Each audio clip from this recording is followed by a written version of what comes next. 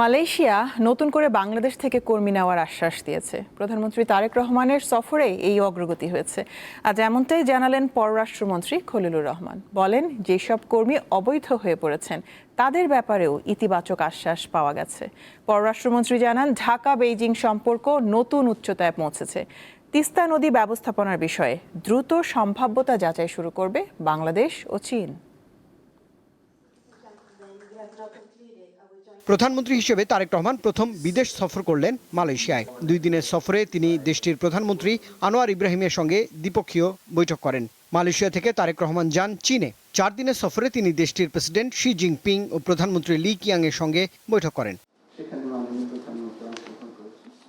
প্রধানমন্ত্রীর 2 দেশ সফর নিয়ে শনিবার পররাষ্ট্র মন্ত্রণালয়ের সংবাদ সম্মেলনের আয়োজন করা হয়। এতে জানানো হয়, তারেক রহমানের মালয়েশিয়ার সফর বেশ সফল হয়েছে। শ্রম সহযোগিতার বিষয়ে নিরাপদ, নিয়মিত ও স্বচ্ছ অভিবাসনের অঙ্গীকার 2 পক্ষ পুনর্ব্যক্ত করেছে এবং অনিয়মিত শ্রমিকদের বৈধকরণ বিষয়গুলি, বিশেষ করে 8,000 শ্রমিকের কর্মে যোগদানের বিষয়টি মালয়েশিয়ার প্রধানমন্ত্রী আশ্বাস দিয়েছেন।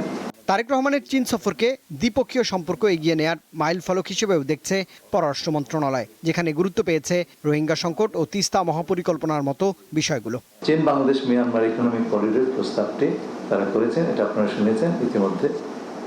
তিস্তা নদীর ব্যাপক ব্যবস্থাপনা ও পুনরুদ্ধার প্রকল্প এর উল্লেখযোগ্য অগ্রগতি হয়েছে।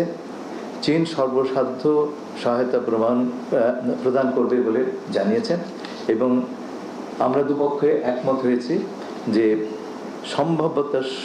সম্ভাব্যতা সমীক্ষা সেটা আমরা ত্বরান্বিত করব।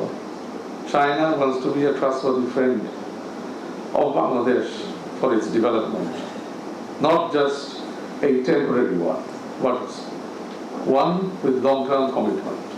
বাংলাদেশ চীন সম্পর্ক সর্বোচ্চ পর্যায়ে উন্নীত করতে এই 2 দেশ একমত হয়েছে বলেও জানিয়েছেন পররাষ্ট্রমন্ত্রী। অবশ্যই আমন্ত্রণ করেছে।